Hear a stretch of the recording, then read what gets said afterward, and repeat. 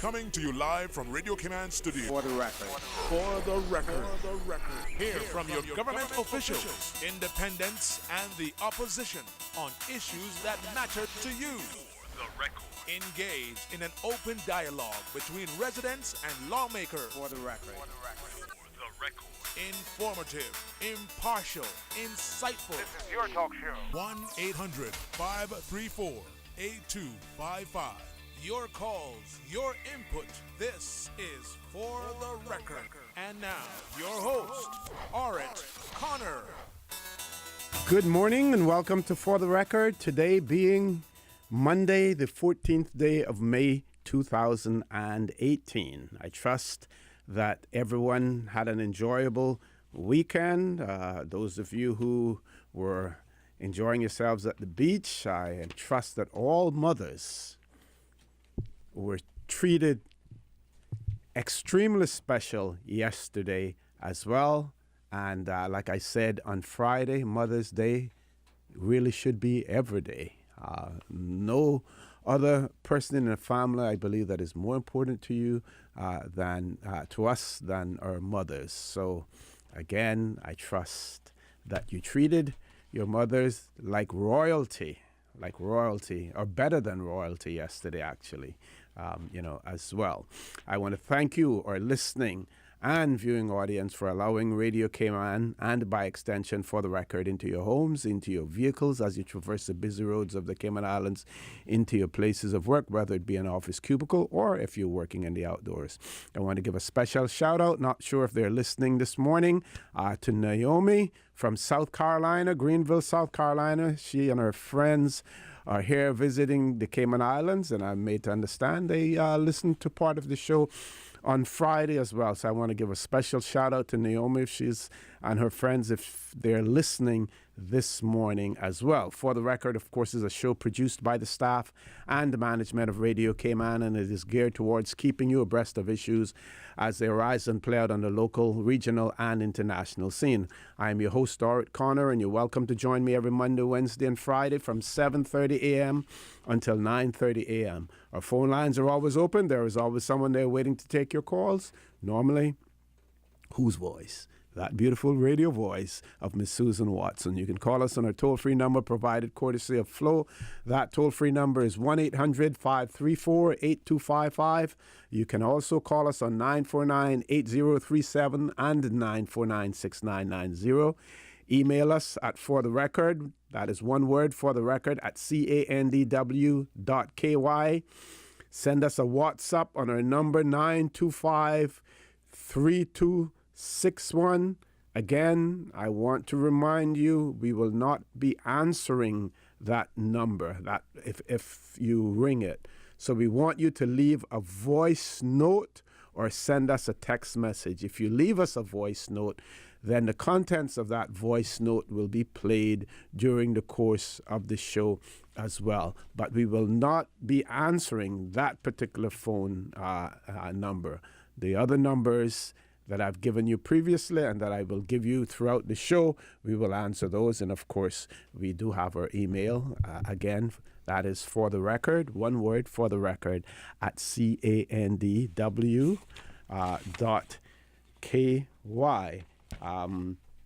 It is my pleasure to have in the studio with me this morning, again, members of the Council for Older Persons. And you will recall that I believe it was sometime in March that they were here with us on the show as well. That is correct, yes. Wednesday, the 21st of March, we had these three young ladies with us, and it is my pleasure to have them again, and I'm going to introduce them individually. And we have Miss Lucy Seymour, who is the chairperson. We also have Miss Alice Mayco, who is the deputy chairperson of the Older Persons Council, and we have Miss Patricia Ebanks, who's a member, and she's also represents the District of Northside. So, ladies, without any further ado, welcome back to For the Record this morning, starting with you, Miss Lucille. Thank you very much. Thank you very much, Lucy. I'm very happy to be here with my colleagues today. And I would like to say that the appearance of the council shouldn't just be fits and starts and periodically. It shouldn't be periodically. It should be an event that happens frequently. And that is one of the things that we have stressed with GIS in setting up our communication strategy, that we would like to have the older persons, not necessarily the council, but an area on radio and television for the older persons so they can express themselves. Because if we have all of these things that we want to do for them, one of the things we would like to do for them is to make others aware that they're here. You know, as you go around the Cayman Islands, you ride around the Cayman Islands yourself, and you don't see anything that indicates that the Cayman Islands have older persons. You don't see them in the post office where we used to see them before. You'll see the tourists, but you don't see the locals, and that is not a good thing to do. We need to have them showcased everywhere, and that's what the law says.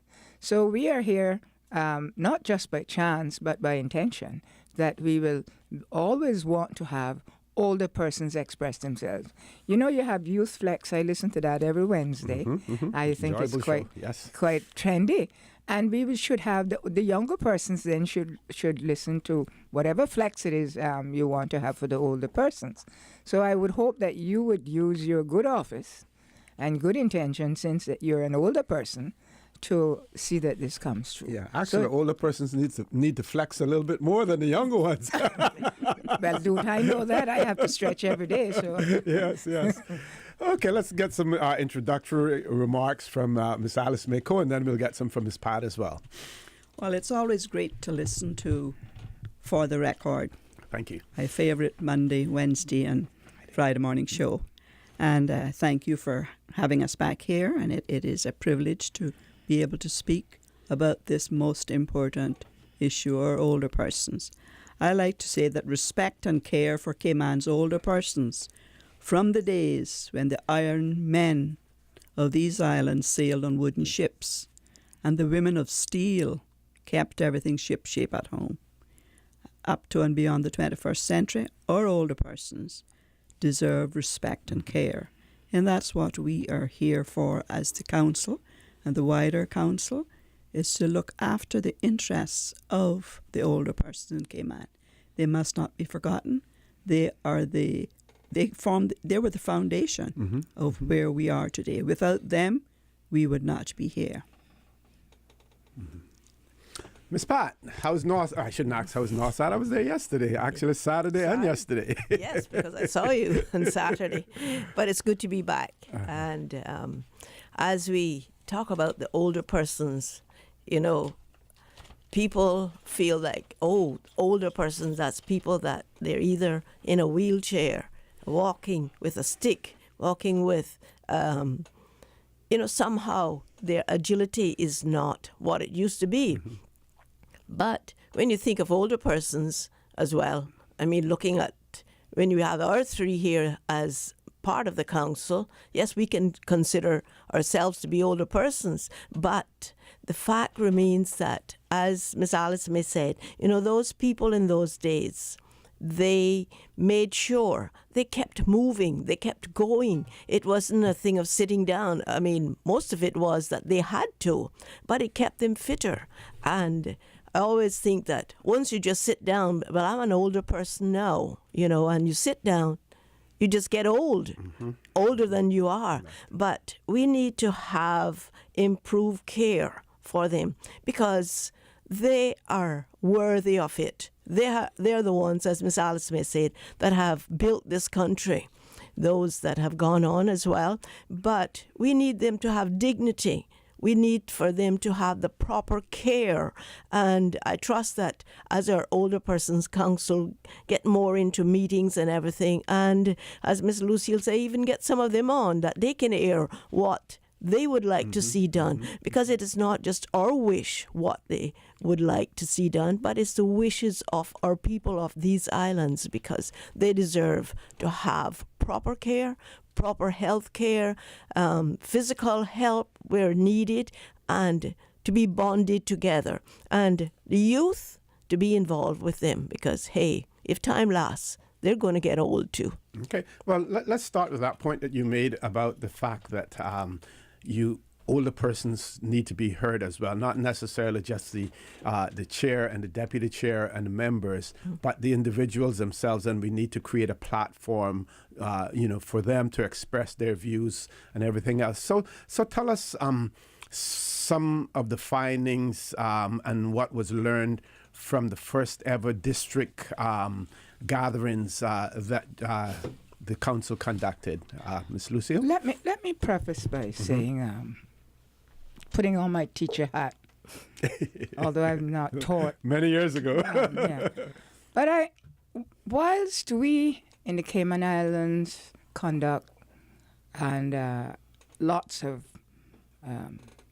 studies and set up action plans and policies, we must never assume that the people have absorbed it the way that they want them to absorb it.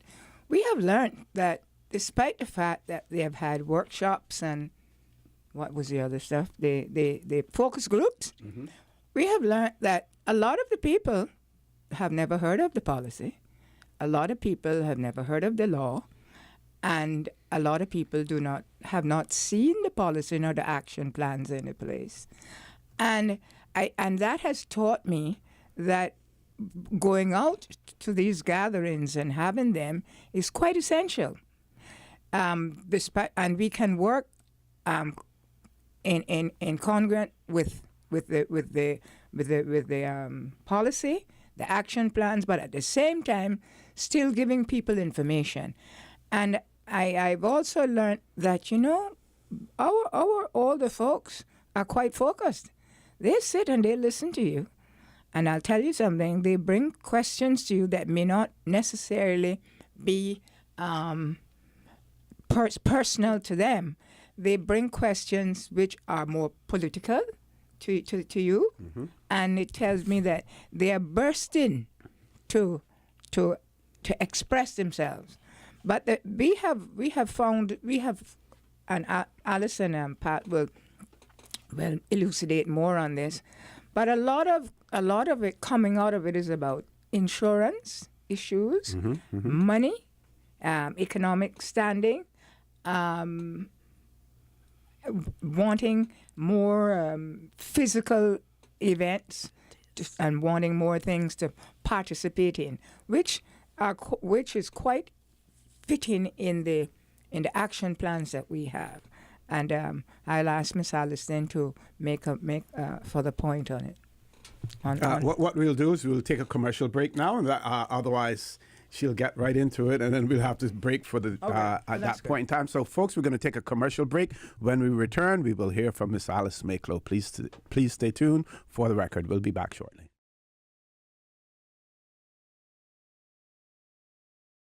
Good morning and welcome back to For the Record. It is my pleasure to have in the studio with me again today the members of the Older Persons Council. They include Miss Lucille Seymour, the chairperson, Miss Alice Mayclough, the deputy chairperson, and Miss Patricia Ebanks, member and also representative for Northside. And before we went to the break, we were going to have Miss Alice Mayclough elucidate on some of the things that Miss Seymour said as well. Miss Cole. Right, thank you.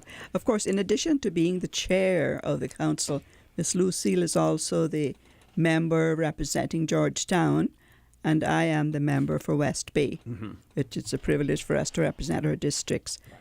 As Miss Lucille said, even though it may appear to some that we, the council in our gatherings, are repeating things that everyone thought the entire public knew about, it's no big surprise that the majority have not got an understanding or were even aware of what was happening with the Older Persons Council, the law and the policy. So it's worth repeating these things because older persons sometimes have to hear it more than once in order for it to stick with them.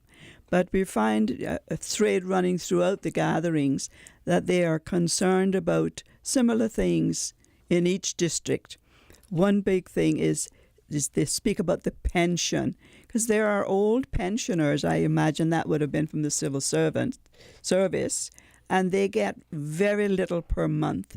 And we had a question, why can't those pensioners' amount of money be increased up to the $650 that other people are getting, the seamen and other persons who are being assisted? And that, of course, we hope that that will take place, and the sooner the better, because $650 cannot meet the expenses of an older person. So if they're getting less than that, it is no wonder we have serious problems. And unfortunately, children are not, living up to their responsibility. Not all children are living up to their responsibility, because there is a law that children are to care for their parents. Now, the parents cared for the children the majority of times, but now it's us, the children, and the grandchildren who should take up that mantle and be sure that their older persons are taken care of in every respect, whether it's shelter, food, wherever they need to go, and involve them in whatever is happening within the family and the community. Another point we found that they were wanting a geriatric physician in their district, somebody who really knows about the older persons. They appreciate what they do get, and they feel that it must be a 24-hour service that you can call at any time, rather than if you're not well, you're going to have to run to Georgetown if you're out of whichever district you're from. So they want government to look into that, ensuring they get more health. Another thing is the districts, most of the districts have civic centres, and I'll use like Northside for instance. They also have the Clifton Hunter High School and the hall, and they feel that they should have access to those places more frequently for all sorts of activities and programs, whether it's educational programs or entertainment or just physical exercise and swimming pools and things like that. They want to continue to be active and be involved with whatever's happening in their country, because no one wants to rust out. It is better to wear out from activity than just to sit, as Pat was saying, sitting there and just waiting for the day when the last breath is drawn. And our old people are sharp as a tack. They've got so much knowledge that we are not using. We need consultants for so many things, but we also have so much knowledge, experience here in our 3 islands that we must draw on. And they're willing to be part of that. So we just need to get that going as well. Ms. Pat, anything you want to add to that? Well, certainly, I concur with what Ms. Alice May has said. And, we go back to the point that if we are going to take care of them, we really need to listen up to their needs and to do our best to and aim to get these things put in place.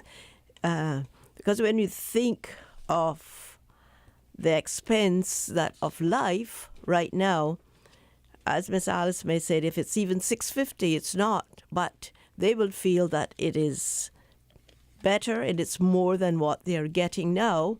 And even if children or grandchildren are putting in and helping them along life's way. And when we think of more use of our civic centres, we don't want to just say, well, a civic centre is used just for some special event, or it's there then if a hurricane is system is needed. But we need to have events in those places. And one of the things out of the meetings, we've been having, and particularly with Northside, I've been talking to the people and I've been asking them, what would you like to see done, and would you be willing to come along with young people to see that these things are carried down? We don't want our culture to just die out, because as I said, people that are now middle-aged and younger, they will get old as well. And what if they don't know? So we need to pass on that heritage that we have inherited from our older people. And as Miss Alice May touched on, using the Civic Center. Yes, there are many things, activities can be held in the Civic Center. And once they are held in the Civic Center, we're out of the elements of the weather. We don't have to say, well, we're outside and then the rain is coming and then we have to get them inside. But the Civic Center is a lovely place that we can hold many activities, crafts, games, even, to bring back and teach. The older people can teach the younger ones of the quadrille dancing and other ways that they used to have the music. And I think of the musical instruments that the older people used to use. A lot of young people don't know anything about that. They know nothing about it because of technology now. They're living in a different era of time. But they need to know, and I'm sure if we get them involved in it, we're going to see a difference than them not just saying, well, it's different. Yes, it is different, but they will be able to pass on to their children as well. And I would like to see things, as far as exercise and things for the older people. Now, we're not talking about just them going out and walking the road because that's dangerous in this day and age. As OC said, it's too dangerous even riding now because of the traffic and everything. But there's a track there in Northside at the playfield. We have other activities on the grounds at the Civic Center, and we can certainly use those and benefit. And it's nothing more enlightening and to see those older people when they come together and start chatting and then say, well, it's time to go. Do we really have to go? Because they're enjoying themselves. So we'd like to see those things enhance the betterment of our people as well. Okay, Ms. Lucille, we have about 3 minutes before we go to our 8 o'clock news, but we want to talk about the register. And what I want you to do is sort of like just introduce us to that, and then when we return from the news, we can get into more details in that regard as well. Yes. Well, thanks. One of the things in the law says that we must do a register of older persons, but the law says it must not be mandatory, but yet it says the registration to formulate the register is compulsory, but it's not compulsory to register. Mm-hmm. But when we but the law also says we must develop a skills bank. Now, if you want to develop a skills bank, you're going to have to get information from people. I agree with the skills bank because that's one of the things that the older persons are saying. We can work. Mm-hmm. We want some jobs. We want to develop our economic standing. We don't want to fall through the floor of poverty. And so, therefore, we worked assiduously with ESO, the Department of Economics, to ensure that we got, for the purpose of what we want, we got a register, and Miss Alice is going to make more comments on it after the break. But it has questions on various parts that you may not want to answer, because that is the issue now with the older persons, even at NAU. Why are they asking me these questions? But if you want us to help you, we have to know about you. Yeah. And that is what the register is. Okay. I think I have enough time that I can quickly read this WhatsApp message that I got. It says, good morning to Miss Lucille, Miss Alice May, and Miss Pat. I'm listening to you this morning. I'm very happy about the Organized Council for Older Persons. However, I'm wondering what is being done to have representatives from each district on the council. Of course, we already have representatives on there. East End. One from okay. We need East End. We had two people had to resign because of other personal reasons. And also, would it prove entertaining to have an event each month in a different district? We'll listen to your views. Thanks. Okay, that's a good starting point for us, including the register. When we return, folks, please stay tuned for the record. We'll be back immediately after the 8 o'clock news.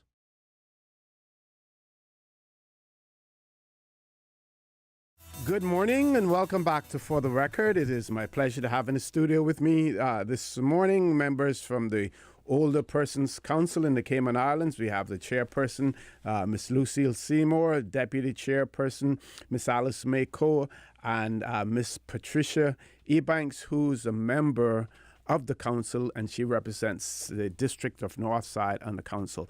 Before we go back to our discussion, I just want to remind you that today, the 14th day of May, we are celebrating 60 years since the Queen granted us our coat of arms as well. 60 years. So if you can remember when that occurred, then you are going to be qualifying as a member, to be a member of the older persons group in the Cayman Islands as well. And you could possibly be a member too if you're from East End, because we, I think Ms. Lucille said we need a representative from Yes, East End, definitely. as well. And Bordentown. And Bordentown as well. Well, why don't we put that out in the public domain so that people can know, and maybe we'll get some calls, and we'll tell them how to contact you if they want to be involved.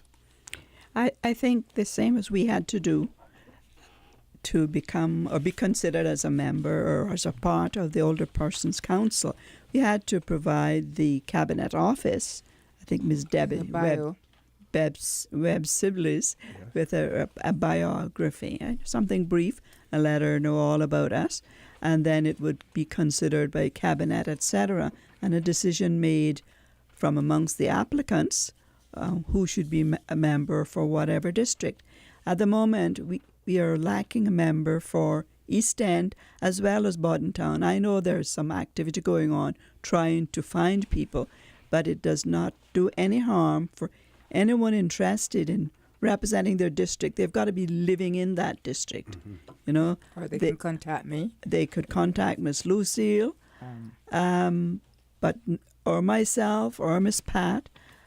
But of course, if you are serious about it, you have to provide the information to the Cabinet Office, Ms. Debbie Webb Bliss, so that it can be taken from there and considered. Okay, Miss Lucille, off there we were talking. I think you're really addressing two types of audiences, right? Those persons who have already reached that stage where they are considered an older person, and those persons who are approaching it or will get there if they're lucky to live long enough, that will reach there at some point in time. So you have that dual role of addressing those who are there already, and at the same time preparing those who will reach there for some of the things that they can get themselves involved in. I believe that there are many people who are fixed into a particular lifestyle. They're accustomed to staying at home because that is basically what they do, who would probably want to do more. And I was also thinking that we know that older persons, one of the more, the confidence that they have is their doctors, and how much information without intruding, actually not getting that information from the doctors, but allowing the doctors to pass the information on to their clientele. Are you participating in this? Do you walk in the afternoons? Do you do this? Do you do that? Here is where you can go to do this. Here is where you can go to do that. Here's the person you can contact for this or that. No, Sylvia just brought up a good point, that the doctor could be the referral to older persons. Yes. And I think we have to have a paradigm shift in Cayman where older persons are concerned. I suffered in the last 2 elections ageism. People came to me and told me I was too old to run. I'm glad in the law today you cannot prevent anybody from running in politics or sitting on a board. We have to overcome that, and it has first to start with the young people, because it's the young people that really make the comments. But we have to find a way to have an intergenerational relationship. And I'm glad you made a point about those who are pre-60, that they have to have the consciousness to start being a part of this process, so that when they become the age, things are already in place for them. I was talking to a young woman who's 60 years old, and she said, they don't have anything for single women to do in Cayman, single older women, except church. And that is good for the heart and the soul. But of course, we are earthly people, and we have to have things for people who are earthly. So I wonder if Pat and Alice Pat, you may want to make a comment on that about looking after bringing in younger people. Thank you. As I said before, when I was speaking mainly for the Northside Civic Centre and getting younger people involved, because they too will get old if time lasts and they are allowed to live longer. But they have to change their way of thinking now. They cannot think, well, I'm 45 and that's it. I'm in the prime of my life. But whether you think you get older or not, it'll be an age, a number. You will get older. And then where will you be?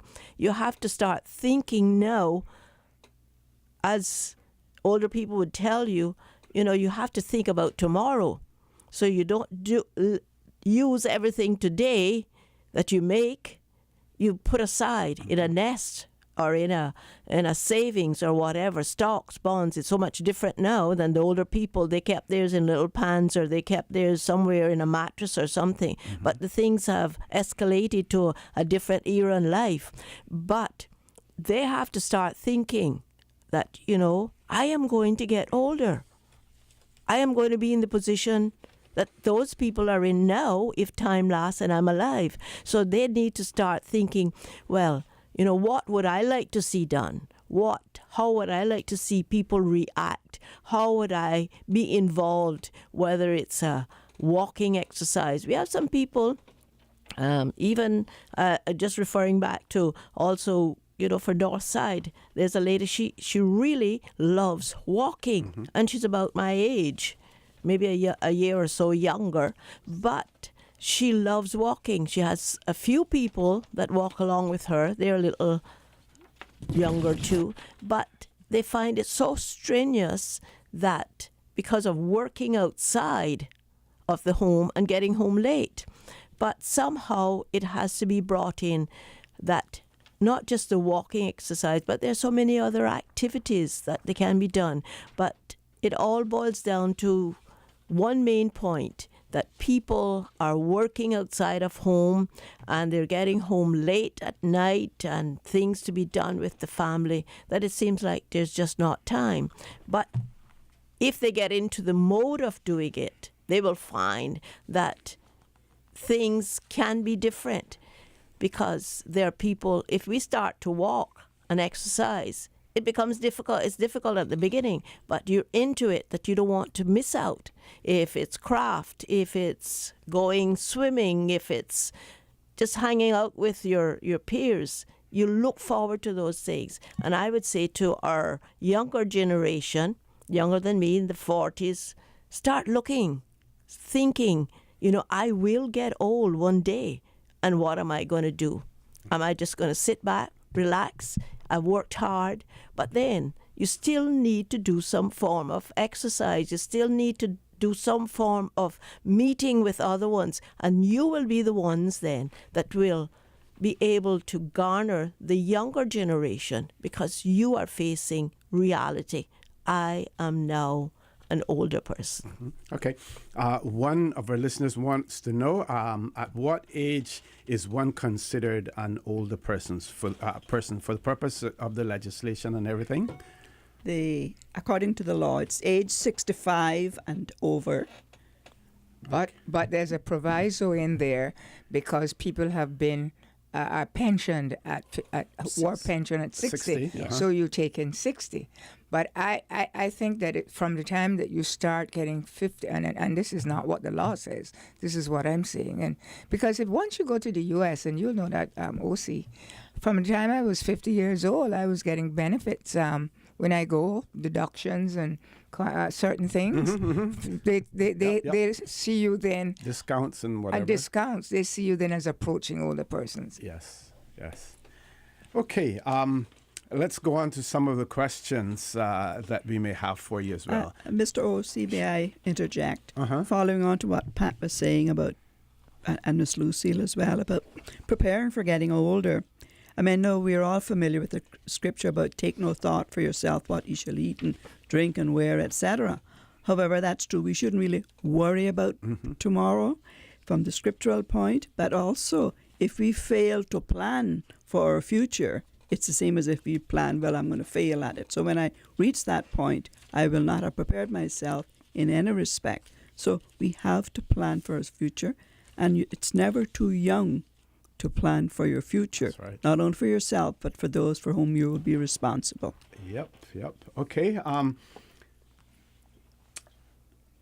Do you think that the Older Persons Council will be able to assist in promoting the aims of the law without encouraging NPOs? I don't think so. I really feel at this moment, if you had an assessment of what these NPOs are for older persons, they're not many. You might have hospice. You can't take cancer as being totally older persons. Like, in England, ageism, or I think it is an NPO that is specifically for older persons. And with the action plan that we have, and over 35 years, or to 20 years, you need money. The government shouldn't be the panacea for everything. You need civil society and the private sector to be part of this. And you need individuals who are philanthropic, who are benevolent, to come forward and develop NPOs specifically for older persons. Okay, we're going to take a commercial break now. Folks, please stay tuned. For the Record, we'll be back shortly.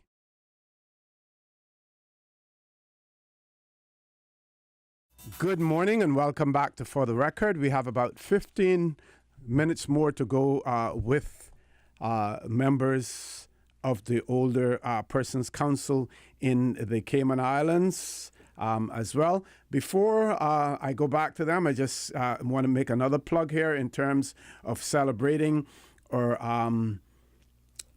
the introduction of the coat of arms to the Cayman Islands 60 years ago. The government administration building, there's a huge banner on the government administration building. So if you drive by there, you will see that. And I am also advised that other buildings will be draped with this banner going forward as well. The first one is in the government administration building, but others as well. And just to remind you that we do have a group who are in the UK at this point in time as well, kicking off those celebrations, with our coat of arms, the 60th anniversary of our introduction of a coat of arms as well. I'm told that we have one caller. Let's go to the phone lines. Caller, good morning. Welcome to For the Record. Good morning, everyone. This is Peter Schmidt. Good morning, sir. Good morning. Good morning. Good morning. Good morning. I wanted to raise one point with regards to older persons, which I guess we all are part of them. We are older than we were yesterday, but I'm also qualifying as an older person now. And the point is this. Given that in Cayman our taxation system is indirect and we essentially pay our taxes when we go shopping. Now, in other countries that has direct taxation, one of the main taxes is income tax, which of course ceases when you stop receiving an income. However, for older persons in Cayman, it doesn't stop. The taxes do not stop or slow down just because you no longer receive an income. Yes. And I really believe that would be something that a committee or for older persons should latch on to, because I think we should try to obtain some type of recognition by way of discounts, because we are no longer income earners for the most part. Some may be, but many are not. and therefore have to structure our life in another way to where we can do with less in terms of money. So I believe it is something that we should look at, because we continue to pay taxation at the same level as a 20 or 30-year-old that is in the middle of their earning lives. So I wanted to bring that to the attention of the board, of the panel. Thank you. Thank you very much, caller. Very, very good point. Very valid point. Thank you, Peter. That's true. In fact, we've just been speaking about that a few days ago. At the East End. At the East End gathering on Saturday and North Side, and indirectly at the other districts as well, finding a way that the older persons would not have to be paying the government fees and things like that. The waivers that we should... And to get some waiving of fees, etc. So that was a very good point. I'm glad that you called in and aired that, because that is actually one of the issues that we have been discussing. And that's actually in the action plan, that we will be working with the different ministries. I think it's the Ministry of Finance that we will be working with, because in the action plan, each ministry is apportioned certain responsibilities where they and as soon as we can get some more muscle and a place to be, we will be working on all of those things. Excellent. Now we spoke earlier, Ms. Lucille, about government's involvement and at the same time not wanting to rely on government for everything. Government sets up the structure, creates the environment for things to happen, but we need people to get behind it and drive it as well. Let's talk about government's involvement I think and where you see the place of government. I think it was noble of the government. Of course, this has been working towards the older persons. Well-being has been many governments, and this one eventually passed a law in 2017. The governments, it's good of them to do so, but at the end of the day, OC, we have to involve everybody in this, and the action plan itself extends to the private sector. I don't want to hog up all the information. I'd like my two colleagues here to, and that's how we work. They're younger than me, so I have to give them something to do, so that they can make a comment on it. But I applaud the government, and I must say here, through this medium, that we must applaud all those churches and organizations that over the years have helped the older people. The churches continue to be the advocates of older persons. And I'm sure that the government wouldn't mind on their behalf I saying to the churches, thank you very much. Because if it weren't for the churches having functions on a monthly basis, I don't know where the older persons would be. But this is why the law and the policies and the regulations to come must take form, and it must go so that this can be by law how we help older persons. Okay, I think we have one caller. Let's go to another caller. Let's go to the phone lines. Caller, good morning. Welcome to For the Record. Good morning, Mr. O.C. Good morning, Doc. Good morning, Dr. Steve. And good morning to your guest. Good morning. Morning. Yeah. What I would like to suggest is that your committee try to get a health and fitness coordinator for older people. There should be one in each district to help them with the kind of things they eat and the kind of exercise that they need to have a fruitful and healthy older life. I'm surprised to see so much obese people, older obese people.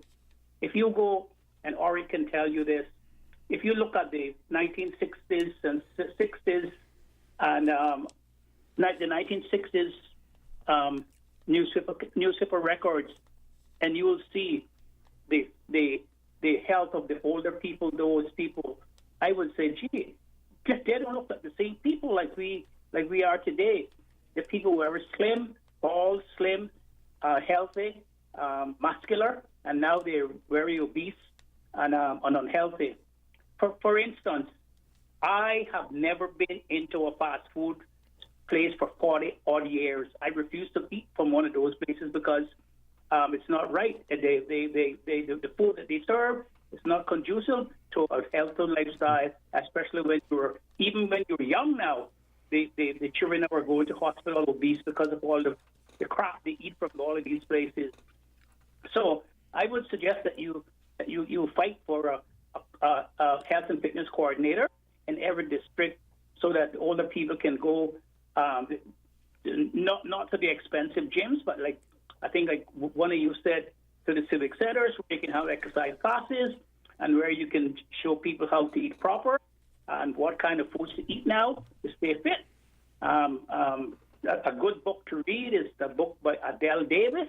It's called How to Eat Well to Stay Fit, and because that would even cut down with a lot of the hospital visits, the clinic visits, and also the strain on the health services. Thank you. Thank you very much, Dr. McPhail, for that. Very good advice for that. And for a man who's plus 80 and still goes to the gym and everything. Slimmer else. than ever. Yes.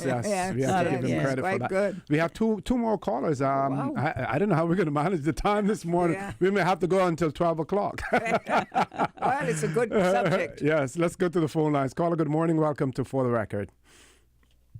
Yeah. Hello? Good morning, sir. Go right ahead. Yeah, just picking up on what Mike was talking about there, and also a comment that Lucille made about the churches. And, you know, I think if you connect all that back to the Cayman Island Society, those who come in here and trying to skewer, you want to call it cultural heritage or whatever, one way or the other, that gets us away from some of the practices that we had long time ago, where, you know, older persons was very active. Mac is double active. And I think that there are some of the things that the council should be sort of zeroing in on. People used to walk for miles every morning, every day.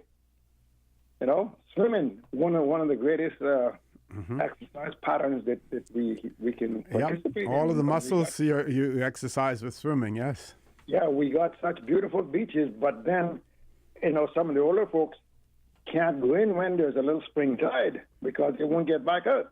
So, all of these things have to be, you know, incorporated in this whole general college universal plan for the Cayman Islands, and not let some of the things that are trying to impinge on our way of life here get a foothold. Because, as Mike mentioned, you know, a lot of the things that come in around our West Point and around Southwest Point, and sometimes we're Barcus Beach and East End Beach, are not all that good for us.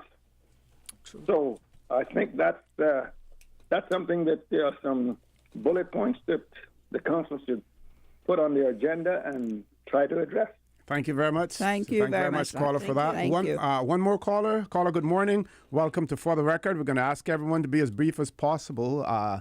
We still have a little bit more ground to cover and not a whole lot of time.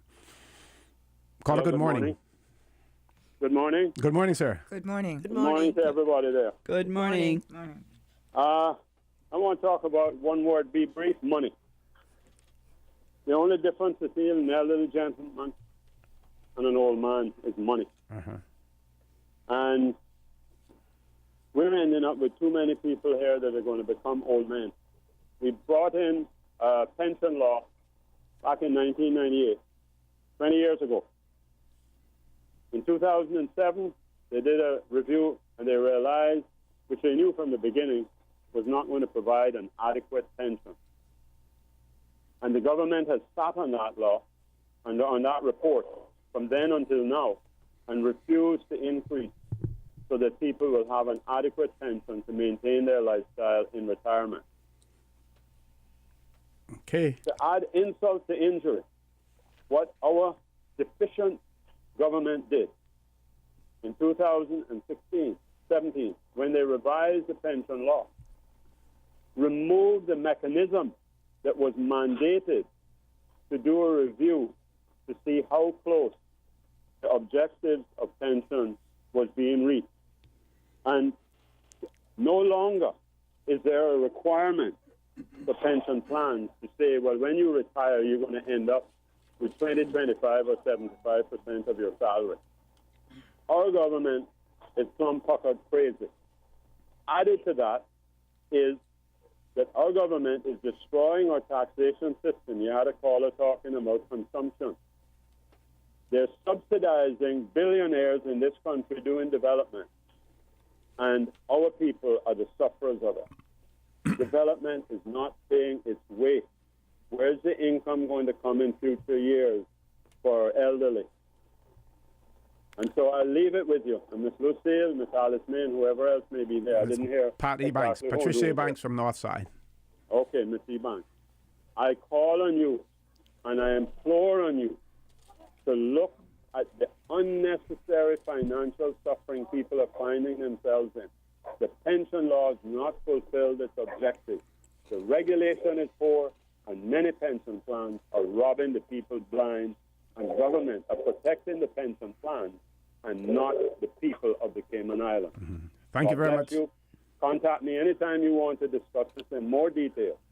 But our government should be ashamed of what they're doing to the elderly and future generations that will be taxed to pay needs assessment unit taxes because people just don't have the money to live and they didn't save it out of their income. God bless you all. Thank you very much, caller. Thank you very much for that. We're going to take a commercial break. When we return, the conversation will continue, and I want to remind you that there's a second segment to the show this morning as well, and we will be talking about foster care in the Cayman Islands. So, but what we're going to do, we're going to go on until 9 o'clock, and then we will have the foster care, the group talking about foster care at 9 o'clock. Please stay tuned for the record. We'll be back shortly.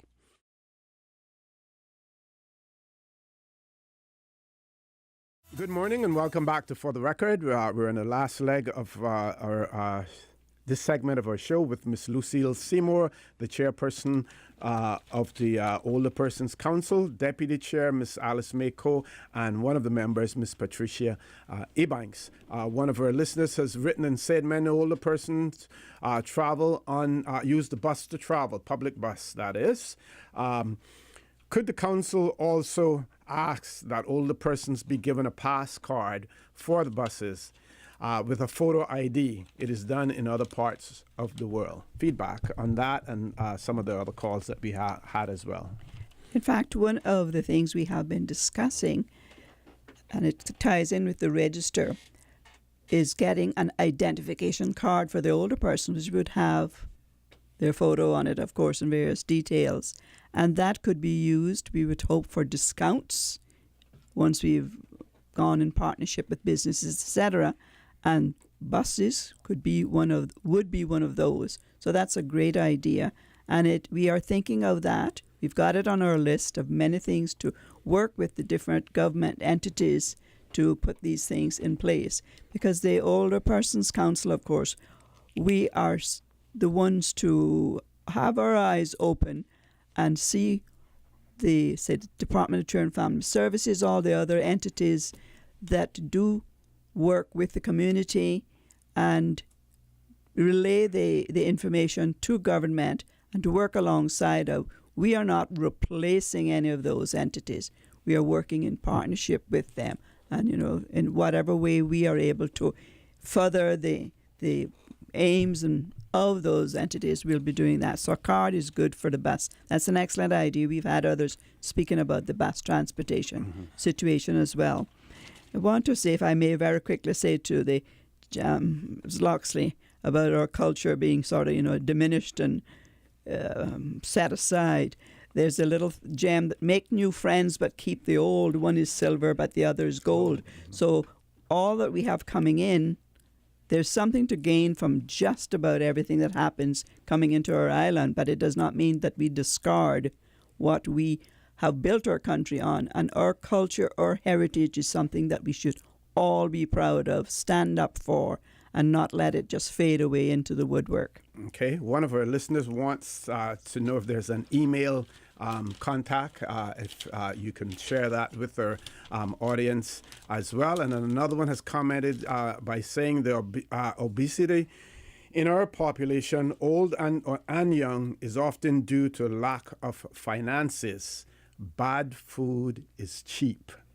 And, we see that over and often where some people have to resort to the generic, some of the generic stuff that sometimes good, sometimes not good. But, you can only eat what you can afford to purchase. Yeah, but the thing about fast food, I'll have a croissant, a sandwich, or whatever at times. The thing about it is fast and quick. People are working and they're running home. They don't have money, much money, so they just buy something very quickly and everybody gets a bite. But when you really look at it carefully, the $10, $15, $20 that you've spent buying a hamburger for each one of your children or something like that, if you were able to, say, buy a chicken and some vegetables and potatoes and things, for that amount of money, you would have a more nutritious meal. Time is a factor, too, for the bad eating habits that we have. Okay, can we share that email address? And then before we leave, we want to talk about this application form as well. Okay, well, the Older Persons Council has a government address. Has a government email address. Okay. So it's olderpersonscouncil@gov.ky. I'll spell it olderpersonscouncil@gov.ky. Okay. And that's how they reach you as members of the council as well? Well, that is how it was set up for now. For now. Yes. Yeah, I would think for now. I wouldn't. But of course, we look forward to the day when we could have our own web page, whether it be olderpersonscouncil.gov.ky, but that's not really in place yet. Mm-hmm. And on that web page, we would be having, whatever information. Or even Facebook, because there's so many other social media platforms now. That is why we are meeting with GIS for the communication strategy and all the ways that we can get to older persons. But OC, what I'd like to emphasize here, that the committee that did the policy and the action plan did focus groups, and some of these things surfaced. And that is what the action plan is about. And the action plan is divided in what the ministries will do, and all the ministries have certain responsibilities. So we will. I just wanted to make note of that. Well, I can see that time is running on us. No, we still have about 7 minutes. So I wanted to interject here about the Georgetown meeting on Thursday night. Yes. Mm-hmm. We have been going to having different gatherings, and Georgetown is a big place, and I would anticipate that the not so young older persons and the older persons would come. It's at 7 o'clock to 8:30 at the Family Life Center this Thursday, May 17th. Please come and give your voice, and we will sort of go over and bring to you what is in the law as well as what is in the policy and the action plans. And I think it's important that we just touch back again on the register. Mm-hmm. As Ms. Lucille had said, the law makes it compulsory for us as the council to set up a register of older persons. That's good. However, it is not compulsory for older persons, the public, to ask to be on that register. Mm-hmm. It's their free choice. If they don't want to be on it, they don't have to go on it. But if they get on it and then decide later, I want to get off of it, you can also get off of it. So it's compulsory for us, the council, to have it in place. But the public has a choice. Mm-hmm. Now, we have developed a questionnaire together with ESO. And that is one of the things that would be available when we get our webpage. However, at each of the district gatherings we've been having, we have been handing out this questionnaire to those in attendance. Now, looking at it, it might seem like we are asking a lot of questions, a lot of information. Some people may not want to complete the entire form. However, complete whatever you're comfortable with.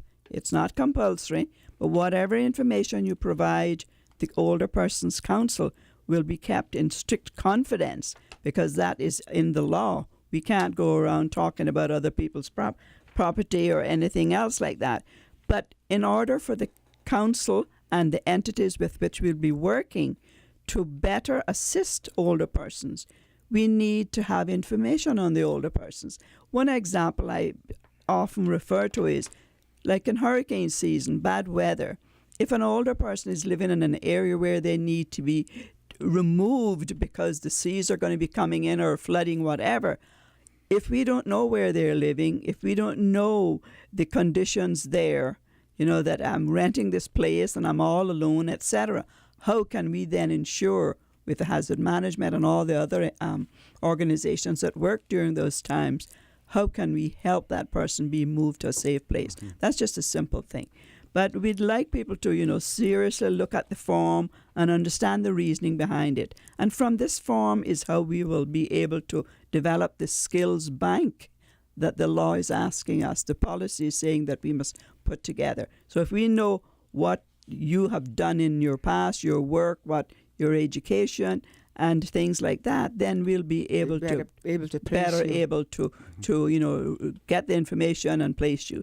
There's a lot here. We're running out of time. There's never enough time to say everything. But please, Georgetown, older persons, that means your interested family members, and if older persons need a caregiver, a helper to bring them out, please come along.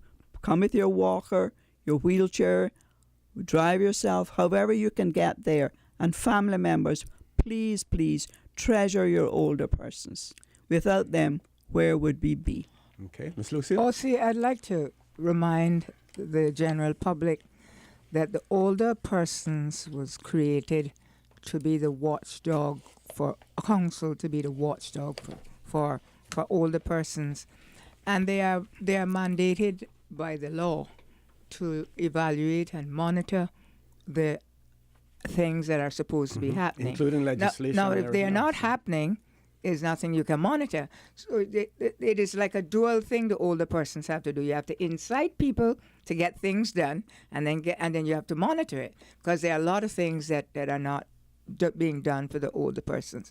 And so we are very excited about it, and I tell everybody to come and be part of this in their districts.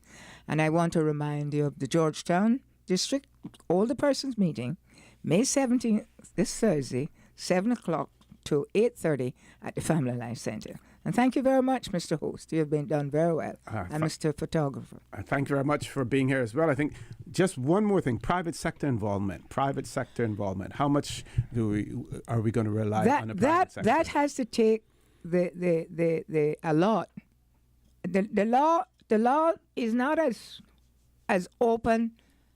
When you read the law, it empowers you, so to speak. But then there's more I think you need to as a council to be able to ensure that they are doing have these that things. flexibility. Right, as well. if I might just jump in right there too. The law is a good start. The journey of 1,000 miles begin with the first step, and that's where it is right now. But there are various things that have to be improved on, amendments to that law, proper regulations, etc. So together we can make a difference. Private sector, the government, the council, all of us, radio talk show hosts, everyone can help in this quest to make life better for advancing the well-being of older persons in the Cayman Islands. Okay, very good, very good. Thank you very much. Again, in the U.S., they say two things you can't escape: death and taxes. Well, old age, if you're lucky to live long enough, you won't, escape old age as well. So it's very good to be prepared for it as well. Thank you very much, folks. Please stay tuned. For the record, we'll be back immediately after our 9 o'clock headline news.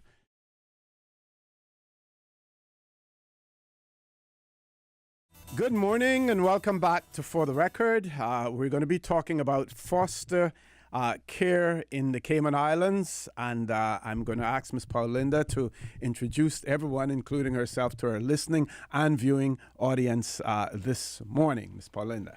Good morning, sir. Good Thank you morning. for having us this morning on For the Record.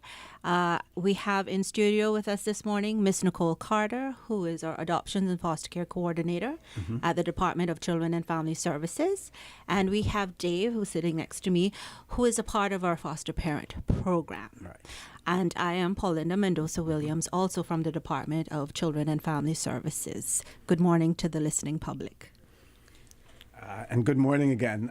Let's talk about foster care in the Cayman Islands. And when we look at some of the background historically in the Cayman Islands community, the Cayman Islands community has employed the philosophy: it takes a village to raise a child. And we knew about that even before that phrase became popular throughout the world.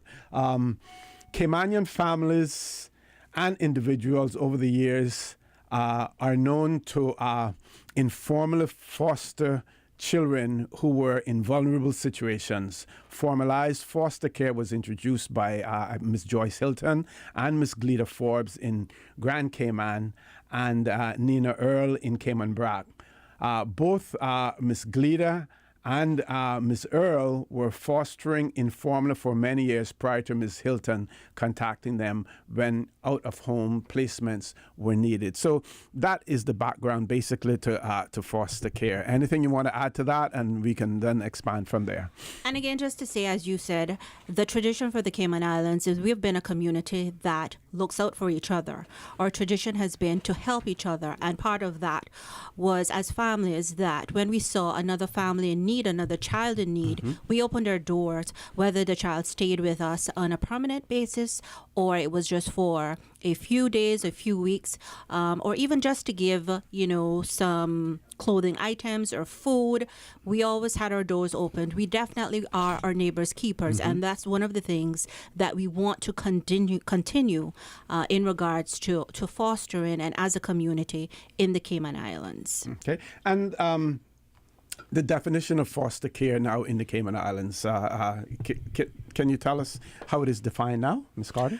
Foster care in Cayman now is much more formal. We do have informal foster care where persons continue to take children in that they find that are in need. And that is done, as I said, on an informal basis, person to person. With the Department of Children and Family Services, we do background checks, we do training to make sure that the persons that we're employing, and I use that term very loosely because foster parents are volunteers. Right? We do background checks to make sure that those persons are suitable and they're the best fit for the children that are in vulnerable situations that need to be placed in care. Children that come into foster care are abused, they're neglected, they need a home. And we have foster parents that do that. Okay.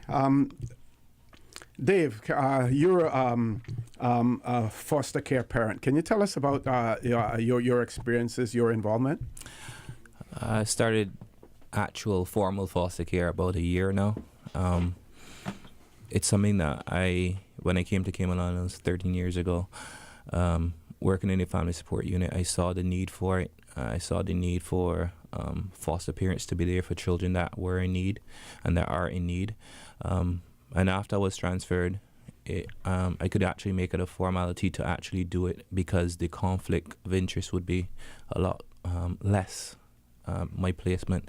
So I jumped at the opportunity to go and help any child in the Cayman Islands because I think that if I am there to help nurture and guide a child in the correct path, then, they will end up going the correct way and not running afoul of the law.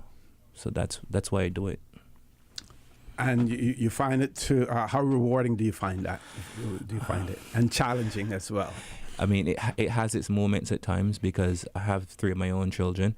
So currently I have 2 foster children. That's 5. So you can imagine sometimes the noise level in the house. But, there's nothing greater when you go in, when you can go in evenings and the children all running, greeting you and saying, Daddy, Uncle. And regardless of what stress you went through during the day, all of that just goes away. So I'm enjoying it. What about the ability of those children to make the adjustments coming into a foster home, or children who are already in an established home welcoming those children into a foster home? I guess for me it was relatively easy, and that's because the two children are basically the same age groups as two of my children, and actually two of them actually go to school. Two of them go at one school together, and the another two go at the other school together.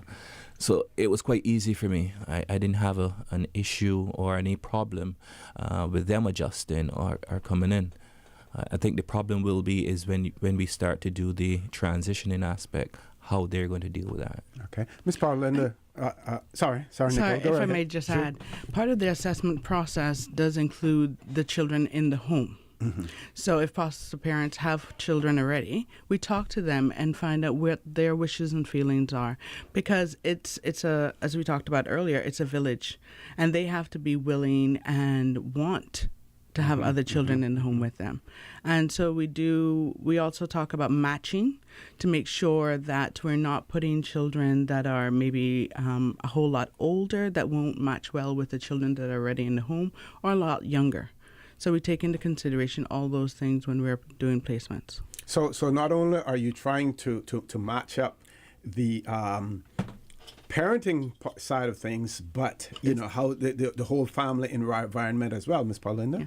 Absolutely. It's very important that we have a common agreement with the children in a home as well, because they will also play a big part with the children, the foster children that will be coming in. So you want to ensure that there is a synergy between the children who will be entering into that home.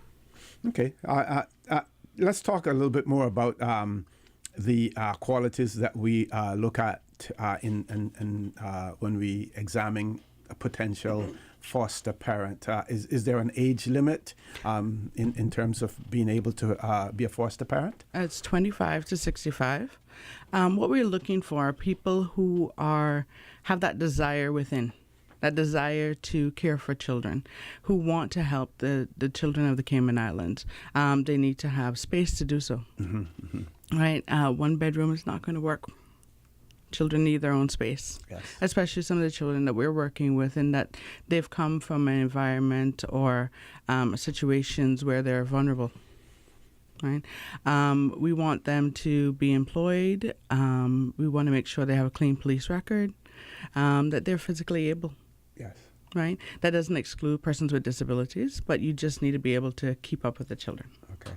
Now, in some of the richer jurisdictions, we see that there are financial incentives to foster parenting, and sometimes people do that because of their genuine desire, genuine care, in terms of children. We see others who do it for financial purposes as well. What's the situation here in Cayman, Ms. Paulina? In the Cayman Islands, Yes. we do provide a stipend, but it's a very minimal stipend in regards to the children that are placed in the home. So it's not a salary. Foster parents do not receive a salary. And as Nicole said earlier, that we're looking for persons who are employed. So, being able to maintain yourself and the household, but we do provide a stipend for the children that we place in the homes. Going back to your earlier question in terms of what are we looking for in foster parents as well, we're looking for caring, nurturing, supportive persons who are willing to open up their family and their home to bring those vulnerable children in, to give them that opportunity that they may not have. Foster parenting is a temporary placement. We are interested in looking for persons who are willing to give short-term, medium, and long-term, because we do have those situations where we have children who come into foster care that may not leave immediately or within a few months or a few weeks. In regards to the short term, there are times when we get called out on the weekend and we just need to have a 24-hour placement, an 8-hour placement, a few days. So we're looking for a wide array of persons who can provide that sort of help or assistance to our foster care program. I know sometimes when you speak with persons about fostering, they envision fostering to be a long-term placement, and sometimes they'll say, well, my day-to-day life does not allow for me to have a child or children for a significant period of time. We just want you to be able to help in whichever way that you can in terms of being able to accommodate, and we will understand in terms of accommodating your day-to-day life with the child that we place there. So, of course, please don't be reluctant to think that because, some placements are for long term, but we are also looking for short to medium term persons who can assist with these placements. And how have the dynamics changed in the Cayman Islands? In given the background information about foster care, we spoke about Ms. Glida Forbes, one of the pioneers, and she did it in an informal manner, simply because Ms. Glida had a school where she taught children. She came in contact with those children who were, in vulnerable situations, and many children came up through the ranks of Ms. Glida in being nurtured, being educated, being fed, and everything. How have the dynamics changed in the Cayman Islands? Give us some of the reasons why foster care is now needed in the Cayman Islands. Foster care is needed because we have persons who, children who are physically abused, right? And as the Department of Children and Family Services, we work a lot with making sure that children can stay in their homes. So for us, foster care is the last resort. It's when the family home setting is no longer a viable option, and we look at extended family members, family friends. When those things don't work, then we look at foster care. So the children that are coming into foster care, we've exhausted all of those options, and now we have to go to foster care. It's children who are physically abused, sexual abused. Sometimes, though, you find parents who are just not able to care for children for a short period of time. It may mean that they're having surgery and they're a single parent and they're going to be in the hospital for a while. So then they've contacted us and said, look, here, I have this situation coming up. Can you help?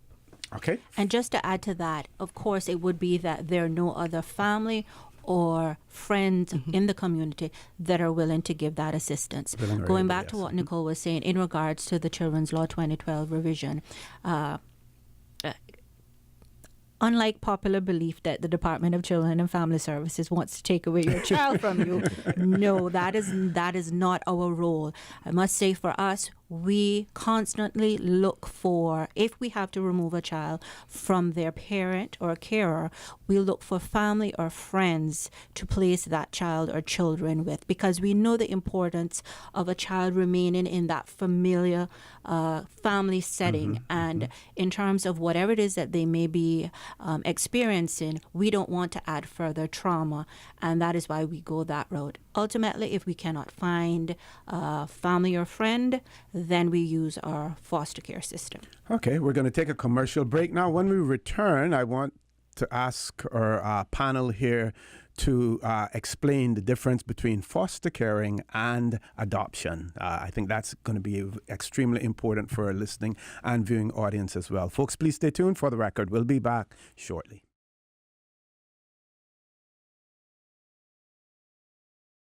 Good morning and welcome back to For the Record. We're talking about foster care in the Cayman Islands, and it is my pleasure to have in the studio with me Miss Perlinda Mendoza Williams. We also have Miss Nicole Carter. Miss Carter is a foster care adoption coordinator in the Cayman Islands.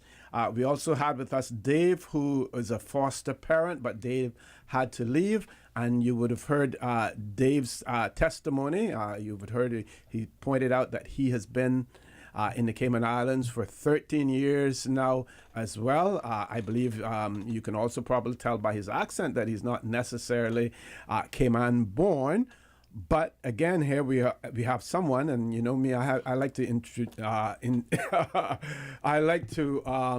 introduce some politics to it and some social morality and social conscience and everything else. So here we have someone who has come to the Cayman Islands to live here and is now participating in foster parenting in the Cayman Islands. We, as Caymanians, we need to do the same. We need to look out for our own as well.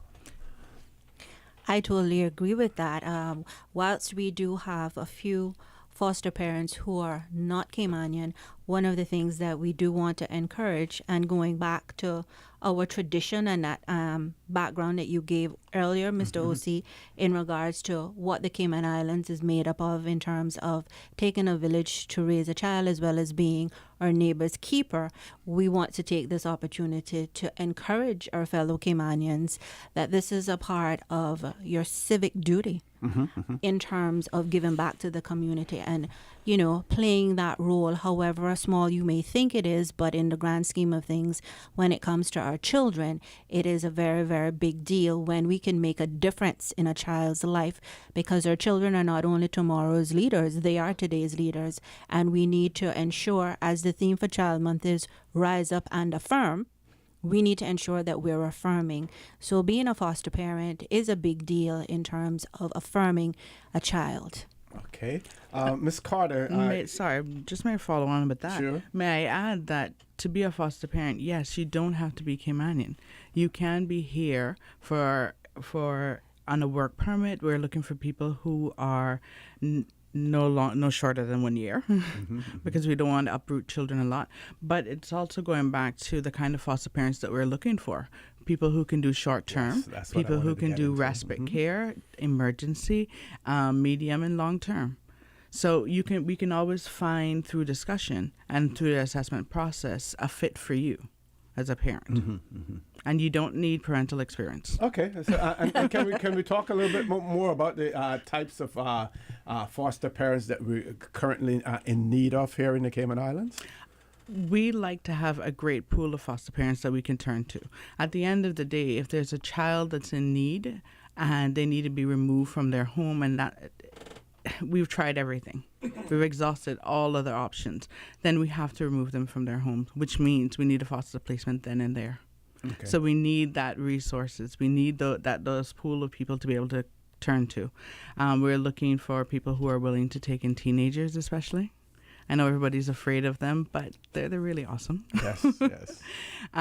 So people who can take in teenagers, people who can take in children with mild disabilities. Right, we're finding a lot more children with issues such as ADHD and things like that, and they need just a little extra time.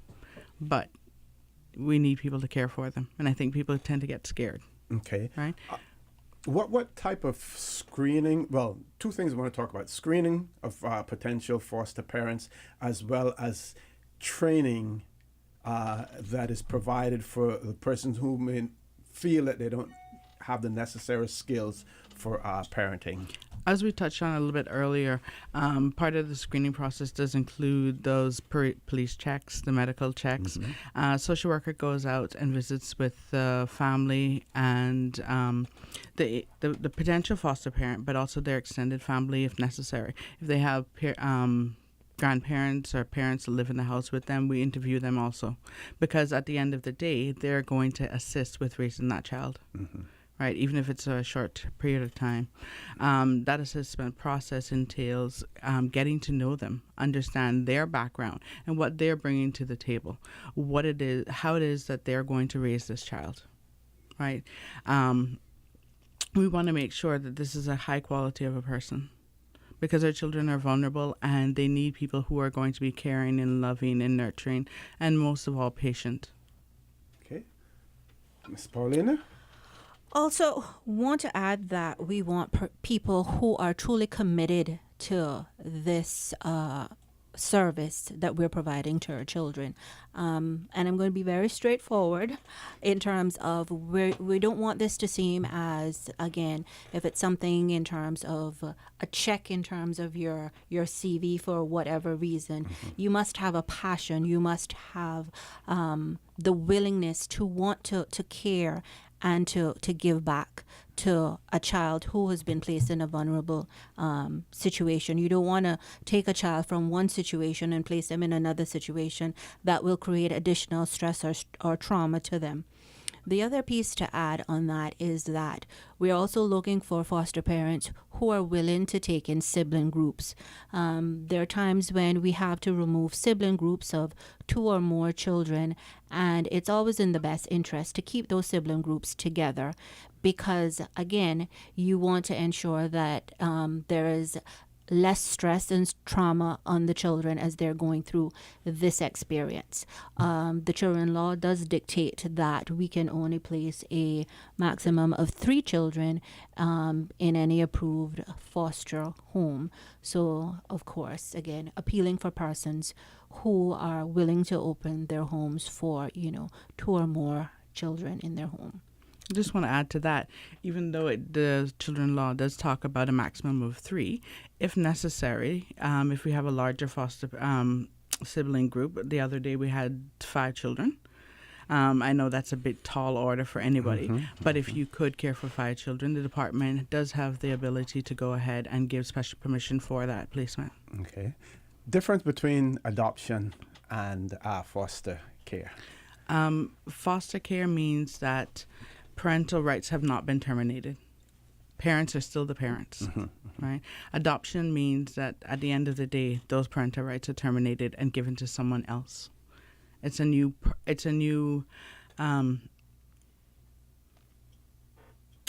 beginning, right? With new people. Yeah.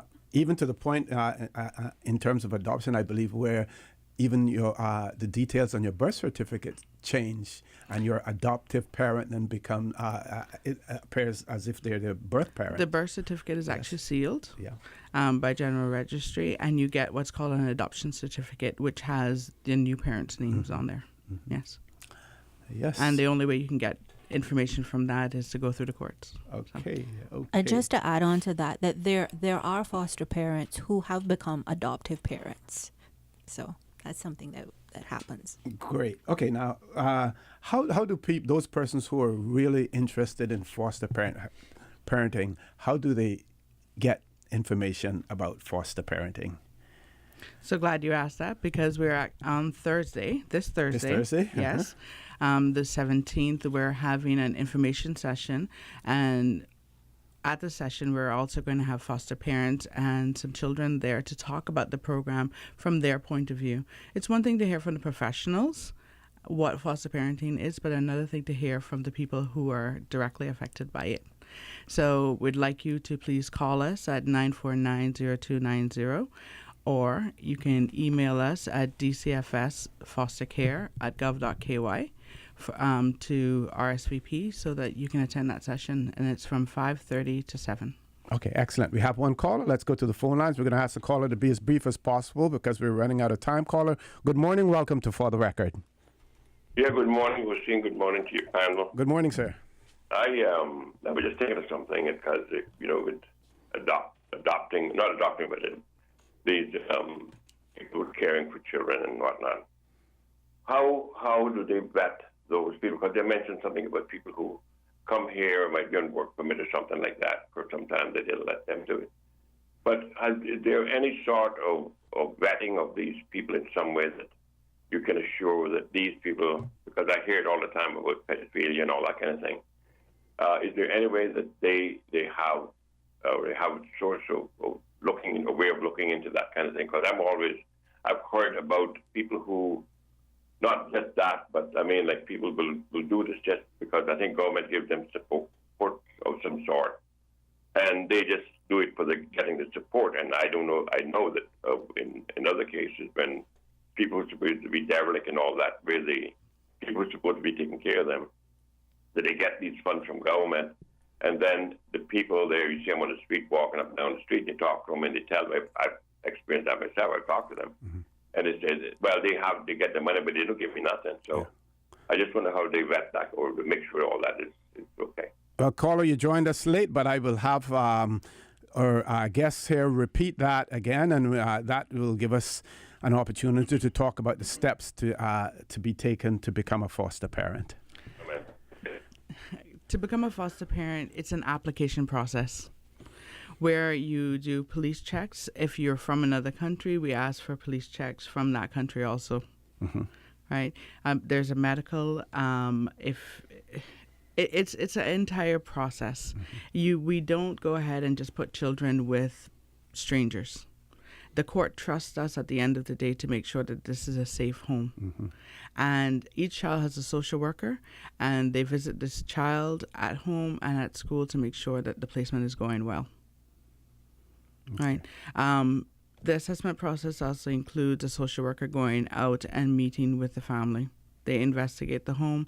Fire department comes and checks the home. Health Department of Environmental Health comes and checks the home also.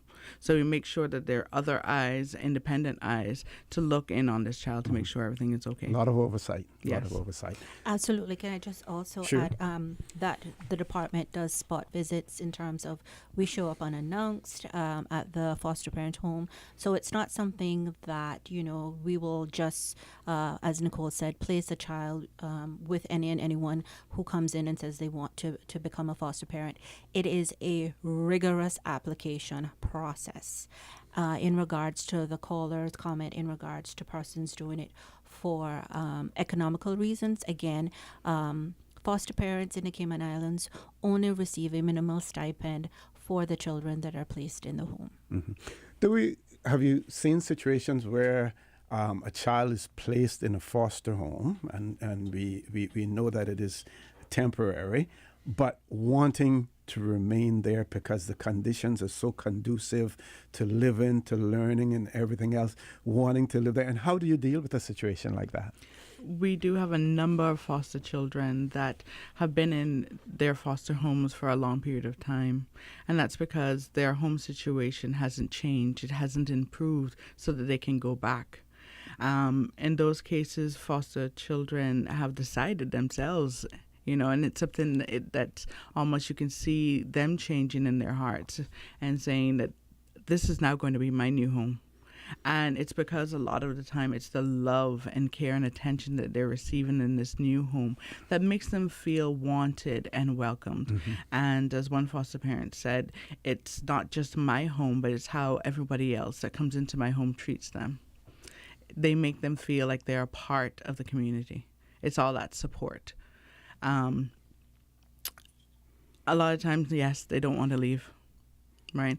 If we're still involved with the court extensively, we let the court know what the child wishes are. And in some cases, the court has said, this is the best place. Okay. I want to have some final comments from both of you. And if I can ask this, I want you to talk about your involvement, your how you feel about it. Because when people who go into social work don't go into it because of the rewards, the monetary rewards from it, but more in terms of the good feeling that you get, the fact that you're helping others. Let's talk about your experience. We'll start with you, Ms. Nicole. Being in this position has been very rewarding for me in that I can see the changes in the children. I can see the changes in the foster parents themselves. I once had a situation where a foster parent's like, oh, I don't want babies, right? They're a lot of work. And I called and I said, well, I know you don't want babies, but I do have one, right? Would you consider? Called me back a couple hours later and said she'd start buying clothes. Right? That child is now adopted in that home. Wow. Right? It's those rewards that make this job worth it. Right? It's knowing that that child is now in a safe place, that they are loved and wanted and just cared for, regardless of everything else. Ms. Pauline? As you said earlier, sir, social work is not a profession that people come into lightly. It's a calling. It's a passion. And again, the reward is seeing our children grow and just become, just wonderful human beings, whether, you see them only up until they're 16 or you encounter them in the supermarket years after, and you hear the feel-good stories, and you just get a sense of, my hard work and dedication paid off. We have lovely children in the Cayman Islands. We have promising children in the Cayman Islands. We have good children in the Cayman Islands. And we need to play our part as a department. We're changing the conversation in terms of what it is that we need to do to make happy families, to promote happy communities, and to promote happy children. And being a part of the foster parent program allows us to participate in ensuring that our children grow up in happy environments. Okay, let's remind our listening and viewing audience about the meeting that's going to take place on the 17th. It's the 17th of May. That's this Thursday from 5:30 to 7. Please call us so we can take your name and count you in.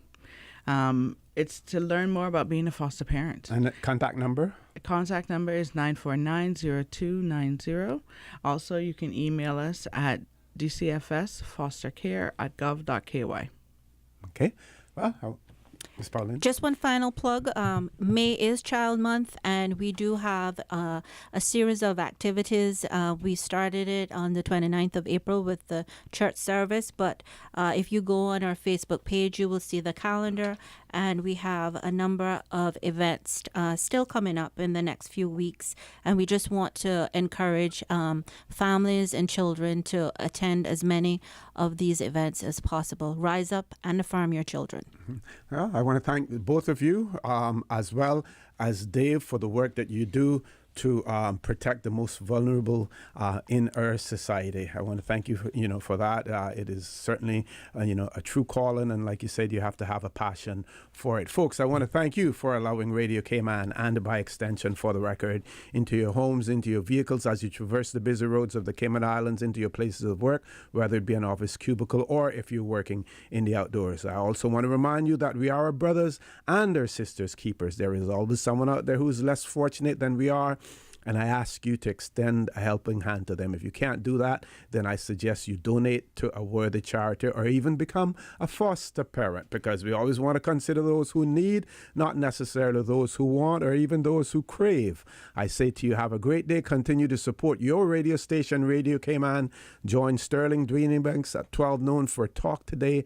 And as usual, we ask the good Lord to bless these three beautiful, wonderful Cayman Islands. Informative, impartial, insightful. This is your talk show. 1-800-534-8255. Your calls, your input. This is For the Record.